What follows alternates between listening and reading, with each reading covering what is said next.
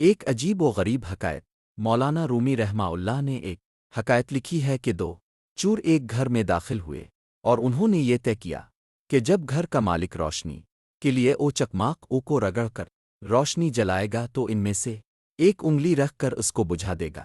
یہ واقعہ اس زمانے کا ہے جب کہ بجلی کا کوئی انتظام نہیں تھا۔ چکماق کے پتھر ہوتے تھے جن کو ایک دوسرے پر رگڑتے تو آگ پیدا ہو جاتی تھی۔ تو دو چوروں نے یہ طے کیا کہ ہم لوٹنا شروع کریں گے، اور جب گھر والا جاگ کر بیدار ہو کر چکماق سے روشنی جلانا چاہے گا تو ایسی صورت میں ایک چور صرف یہ کام کرے کہ جیسے ہی وہ آگ جلائے اس پر ہاتھ رکھ دینا۔ نتیجہ یہ ہوگا کہ وہ چکماق کا پتھر کبھی جلنے کا نہیں، اور اس وقت تک دوسرا چور سب لوٹ لے گا۔ چنانچہ ایسا ہی کیا اور گھر کو ان چوروں نے لوٹ لیا۔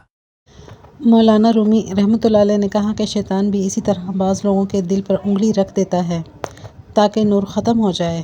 اللہ کا نیک بندہ اگر کوئی نیک کام کر رہا ہے تو یوں سمجھو کہ وہ چکماق کا پتھر رگڑ رہا ہے اور شیطان اس پر انگلی رکھ دیتا ہے۔ یہ انگلی وہی موصف ور گناہ ہے۔ جب گناہ ہوتا ہے تو وہ نیکی کی روشنی بجھ جاتی ہے۔ بندے نے اللہ کی تلاوت و ذکر کیا، شیطان نے فوراً ہی اس کی آنکھوں میں کسی عورت کو دکھا دیا اور اس کے عشق میں اسے مبتلا کر دیا، دل میں گندے خیالات پیدا کر دیے۔ اسی طرح گناہوں میں عمر گزر جاتی ہے